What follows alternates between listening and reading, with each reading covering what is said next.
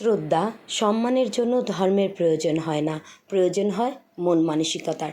কেন বলছি সম্পূর্ণ ব্লগ ভিডিওটি দেখলে জেনে যাবেন।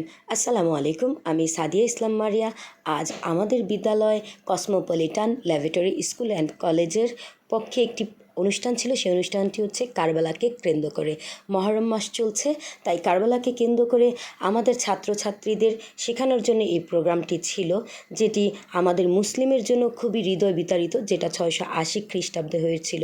আমাদের সর্বশেষ নবী হজরত মোহাম্মদ সাল্লাল্লাহু আলাইহি সাল্লামের নাতি হুসাইন ইবনে আলীকে কেন্দ্র করে। তিনি জানতেন তার জীবন কিভাবে চলে যাবে, তারপর তিনি আমাদের ইসলামের জন্য, ধর্মের জন্য আত্মত্যাগের মাধ্যমে শিখিয়ে গেছেন যে আমাদের জীবনকে কিভাবে পরিচালিত করতে হবে। কারবালার ইতিহাসটাকে যদি আমরা সবাই একটু বুঝে শুনে সেভাবে আমাদের জীবনটাকে পরিচালনা করি, আর আমাদের ইসলাম এতটা সুন্দর, এতটা মনোমুগ্ধকর প্রচারের জন্য আমাদের নবীজি এবং তার নায়নাতকুর কীভাবে পরিশ্রম করেছে, কিভাবে আত্মত্যাগ করেছে, এই কারবালা আমাদের সেই শিক্ষাটা দেয়। এটাকে শুধু মাস হিসেবে একটা সীমাবদ্ধ না রেখে যদি আমাদের জীবনে প্রতিটি ক্ষেত্রে পরিচালিত হয়, জীবনটা অনেক সুন্দর হয়ে যাবে। আর এই চিত্রাঙ্কন প্রতিযোগিতার মাঝে আমাদের অনেক ছাত্রছাত্রী ছিল, একদম প্লে থেকে শুরু করে দশম শ্রেণী পর্যন্ত, একাদশ দ্বাদশ ওরা অংশগ্রহণ করেনি।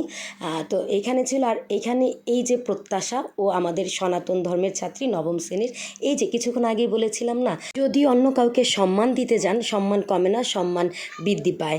যার কারণে প্রত্যাশা বিশেষ পুরস্কার পেয়েছিল চিত্রাঙ্কন প্রতিযোগিতায়। আর এই যে আমাদের স্কুল অ্যান্ড কলেজের আমাদের সানি স্যার এবং শ্রদ্ধেয় শফিক স্যার দুইজনে এত সুন্দর একটি গজল গাইলেন।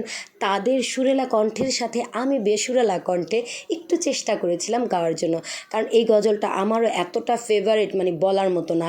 দেন আমাদের ছাত্রছাত্রীরা সবাই এতে অংশগ্রহণ করেছে। কাজী নজরুল ইসলামের মাহারম কবিতা, এবং এখানে আমাদের যে চেয়ারম্যান স্যার শ্রদ্ধেয় সবাইকে গিফট দিয়েছে, আমাকেও একটি বই দিয়েছে। এত ভালো লেগেছে। আর সকল ছাত্রছাত্রীদের সাথে প্রোগ্রাম শেষে একটি ছবি তোলা আছে। আর এই যে ম্যাডামরা আমার মোবাইল নিয়ে বলতেছে, ম্যাডাম কোন মোবাইলটা দিয়ে ব্লগ করেন, আমাদের দেন একটু ছবি তুলে দেখি। দেন ম্যাডামরা একটু ক্লিক করে আমার মোবাইলের ফ্রেমে বন্দি হয়ে গেলো। আর এই তো এভাবে সবাইকে পুরস্কার দেওয়া হচ্ছে, কেউ কবিতার জন্য, কেউ উপস্থিত বক্তৃতার জন্য, কেউ রচনার জন্য, এক একজন এক একভাবে পুরস্কার পেয়েছে। এই যে ছোট্ট একটি বেবি, এ হচ্ছে নার্সারিতে পড়ে, ও পেয়েছে। মানে এই জিনিসটা ভাবতে ভালো লাগে, ছোট ছোট বাচ্চাদের মাঝে কী সুন্দর প্রতিভা, আলহামদুলিল্লাহ। দেন প্রোগ্রাম তো শেষ হয়ে গেছে 1:30টার ভিতরে।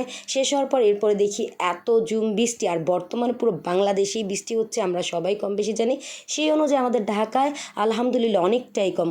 ওখান থেকে শেষ করে আমরা মার্কেটে চলে যাই। দেন মার্কেট থেকে বের হইতে তো ক্ষুধা লাগে, দেন অর্ডার দিয়ে দিই, খাবার খাই।